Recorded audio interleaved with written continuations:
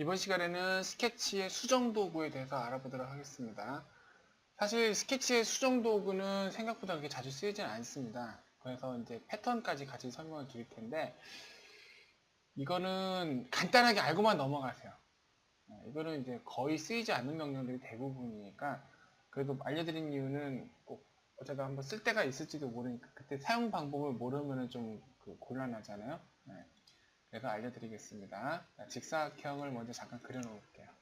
이동명령은 아시다시피 개체를 이동하는 명령입니다. 클릭하면은 선택할 개체와 기준점을 선택하가 나오죠. 그래서 선택할 개체를 드래그해서 선택하고 기준점을 잡아서 두 번째 점을 옮깁니다. 이렇게 찍으면 옮겨지는데, 여기서 복사를 체크를 하게 되면은 이동과 동시에 복사가 됩니다. 이게 그러면 이 복사 명령하고 얘하고 도대체 뭔 차이인지 모르겠는데, 이건 좀 차이가 좀 있어요. 자, 그 다음에 정확한 입력을 이제 기준점을 찍고 나서 정확한 입력을 클릭하게 되면은 이제 XY 좌표로 이제 얼마만큼 이동해라 라고 정확하게 이렇게 써줄 수가 있습니다. 그럼 이렇게 이제 정확하게 입력이 돼요. 자, 복사 명령. 복사 명령은 아까와 똑같네요. 선택하고 기준점을 체크한 다음에 복사를 하면 되는데, 아까와 다른 점은 이동 명령에서 하나만 복사되는데 이번에는 이제 다중 복사가 된다는 게 좀 틀립니다. 정확한 입력이나 요거는 마찬가지고요. 그 다음에 회전 명령. 회전 명령도 선택하고 중심점을 선택한 다음에, 자, 가끔가다 이제 회전 명령을 선택하면은 이제 이 형상이 구속 조건이 있다는데 이걸 제거하시겠습니까? 라고 물어보는데, 아니요 하면 그냥 명령이 안 돼요. 그렇기 때문에 반드시, 자, 회전을 할 때, 자, 제거하시겠습니까? 예로 하셔야 돼요. 그래야 얘가 이렇게 회전을 할 수가 있습니다.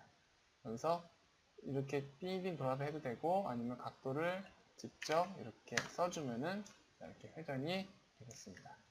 자르기 명령은 이제 CAD를 하시는 분은 트림 명령이라고 이제 이해를 하시면 좀 빠르실 텐데, 이런 식으로 교차되는 여러 개의 선이 있을 때 자르기 명령을 클릭하면은, 여기 트림 명령은 자를 기준 개체를 선택한 다음에 자를 개체를 선택하는 거였는데, 인벤터는 그렇게 복잡한 절차 없이 그냥 서로 교차되는 부분에다가 그냥 갖다 대면 이렇게 이 구간이 이렇게 잘리게 이렇게 나옵니다.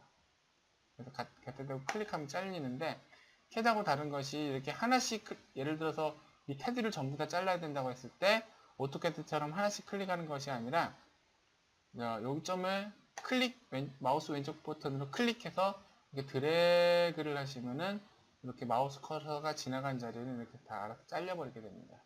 이렇게 좀 사용 방법이 좀 간단해요. 자, 연장 명령은 자, 보시다시피 두 개의 선이 있을 때 얘가 여기까지 끝까지 닿고 싶을 때 쓰는 게 연장 명령입니다. 사실 이거는 나중에 가면 큰 의미가 없어요. 왜냐면은 나중에 구속 조건 배우게 될 텐데, 일치 구속 조건으로 여기하고 이걸 딱 하면 갖다 붙어버리거든요. 얘가 딸려온다는 게 문제지만, 연장 명령은 이제 클릭을 해서 이렇게 갖다 대면은 자르기 명령과 같이 뭐 기준 선을 선택할 필요 없이 그냥 이 해당 선을 선택하면은 자동으로 연장이 되게 보입니다. 이렇게 클릭해주면 바로 연장이 이렇게 돼버려요.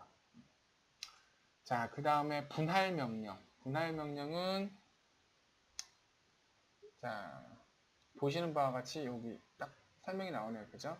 곡선 도면 요소를 2개 이상의 단면으로 분할합니다. 자, 무슨 얘기냐면은, 자, 그림에서 보시다시피,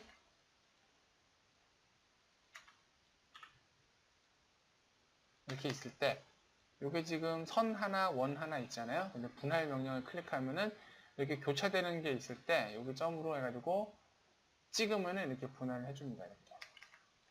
갖다 대면, 원이 이 선에 대해서 2개로 분할됐네요. 혹은, 선에다 갖다 대면 선을 이렇게 잘라주죠. 이렇게.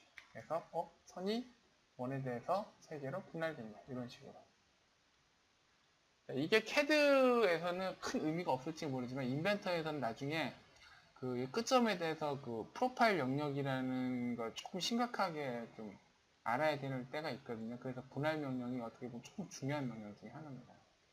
다른 명령은, 수정 명령에서 다른 명령은 제가 별로 좀 무시하는 편인데, 자르기 명령하고 분할 명령 그리고 간격 띄우기 명령하고 조금 제가 좀 쓰는 편이에요.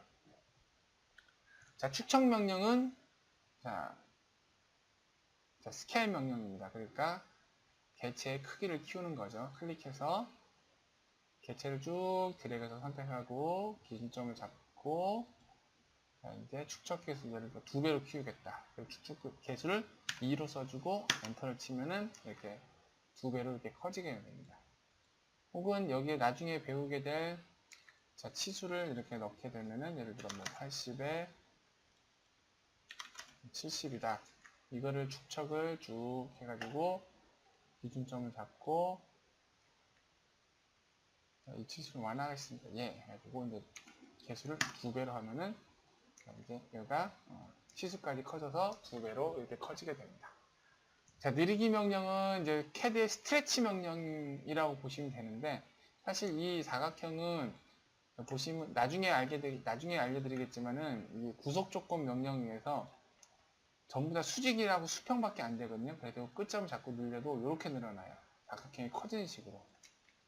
그래서 이쪽을 볼을 잡아당기듯이 쭉 잡아당기려면은 자, 여기 느리기 명령을 쓰셔야 되는데 느리기 명령을 클릭하고 자, 선택은 이 보시면은 이것도 CAD하고 똑같이 크로스 셀렉션, 윈도우 셀렉션과 크로스 셀렉션이 있는데 윈도우 셀렉션은 보시다시피 제가 윈도우 셀렉션으로 드래그한 이 영역 안에 전부 들어온 개체만 이렇게 선택됩니다. 그래서 여기 전밖에 선택이 안 되는 거죠.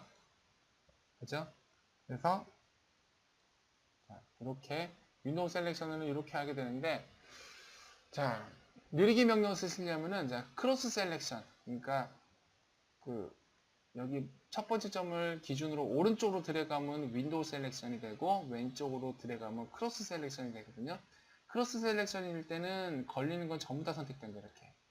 그래서 느리기 명령을 쓸 때는 윈도우 셀렉션은 잘 맞지 않고 크로스 셀렉션을 쓰기를 권장합니다. 한국어로는 윈도우 셀렉션은 창 선택, 그 다음에 크로스 셀렉션은 걸치기 선택이라고 보시면 돼요. 그래서 이렇게 쭉 잡아가지고 기준점을 여기를 톡 잡고 쭉 잡아 늘립니다. 이렇게. 이게도 아까 무브 명령, 아니 회전 명령과 비슷하게 구속 조건이 있는데 제거하시겠습니까? 라고 물어봐요. 예 하면은 이렇게 쭉 늘어납니다. 간격 띄우기 명령은 이거는 나중에 좀 중요하게 되는데 자, 예를 들어서 자, 오토캐드의 오프셋 명령이라고 보시면 됩니다. 간격 띄우기는 클릭을 해서 자, 해당 개체를 선택하면 이렇게 쭉 뻗어 나오게 돼요. 그래서 같은 방향으로 이렇게 쭉 뻗어 나오는데 예를 들어 뭐 30이라고 입력을 하면은 30만큼 떨어진 채로 이렇게 입력이 이렇게 쭉 나오게 됩니다. 이것도 마찬가지로. 근데 요거는 분명히 개체가 두 개로 나눠져 있고 아까 했었던 사각형도 나눠져 있잖아요. 근데 간격 띄우기 명령을 하면은 전부 다 선택된단 말이죠. 이렇게. 가끔 가다가 나 선택 다 안 되고 요 하나만 간격 띄우기를 하고 싶을 때도 있어요. 이게 왜 그러냐 하면은 간격 띄우기 명령을 했을 때 이제 추가 옵션이 있는데 이게 표시가 안 나죠. 이 상태에서 이제 마우스 오른쪽 버튼 누르면은 여기에 루프 선택이라는 게 있어요. 이걸 체크를 해제하면은 하나씩 선택됩니다. 그 대신 루프 선택을 하게 되면은 다중 선택이 가능하기 때문에 내가 원하는 개체를 선택하고 선택이 끝났으면 마우스 우측 버튼 눌러서 계속 명령을 클릭해야 이렇게 쭉 커지게 됩니다. 자, 이런 차이가 있습니다. 자, 마지막으로 패턴을 보겠습니다. 저도 옛날에 오토캐드로 설계를 하다가 인벤터로 넘어온 입장에서 패턴 명령이야말로 모르고 쓰면 정말 큰일 나는 명령이라고 생각을 해요. 그리고 일단 저는 스케치에서 패턴을 꼭 필요한 상황이 아니고서는 거의 쓰질 않습니다.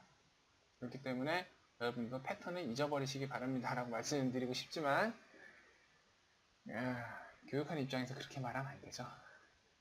일단 자 보겠습니다. 자, 직사각형 패턴 사용법만 알려드릴게요. 자, 형상을 선택을 하고 그 다음에 CAD하고 틀리게 X 좌표, Y 좌표가 아니라 첫 번째 방향은 이제 모서리를 선택하게 됩니다. 이렇게. 그리고 두 번째 방향. 그래서 첫 번째 여기가 그거예요. 첫 번째 방향일 때 개수를 몇 개로 할지, 그 다음에 거리는 얼마로 할지. 그리고 두 번째는 개수는 몇 개로 할지, 거리는 뭐 얼마로 할지. 그 다음에 예를 들어서 이 화살표가 반대네, 위로 올려야겠네. 그럼 여기 있는 반전 버튼을 누르시면 돼요. 이런 식으로 확인을 하시면 됩니다.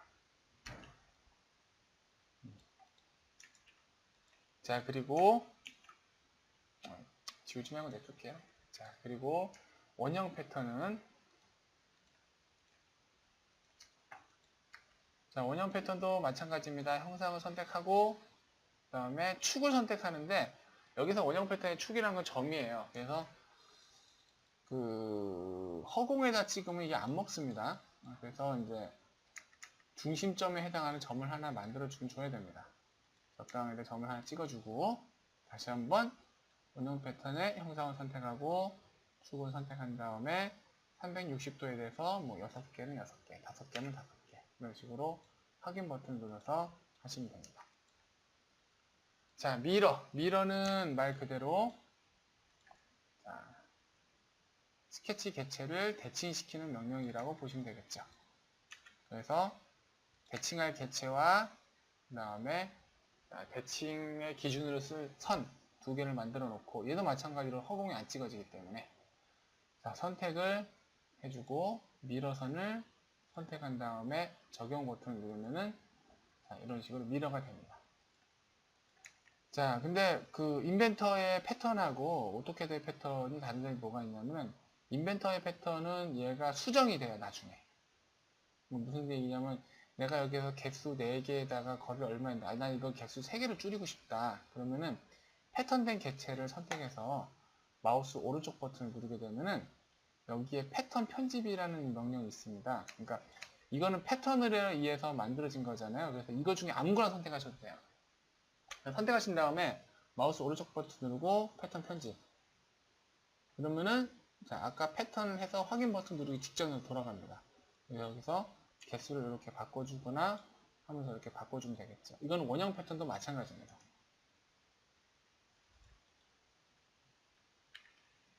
단 안타까운 건 이거는 이제 대칭 패턴은 제외입니다. 대칭 패턴은 이거를 없어요. 이거 편집할 수 있는 명령은 없습니다. 자, 이상으로 해가지고 스케치의 수정 도구에 대해서 알아봤습니다. 감사합니다.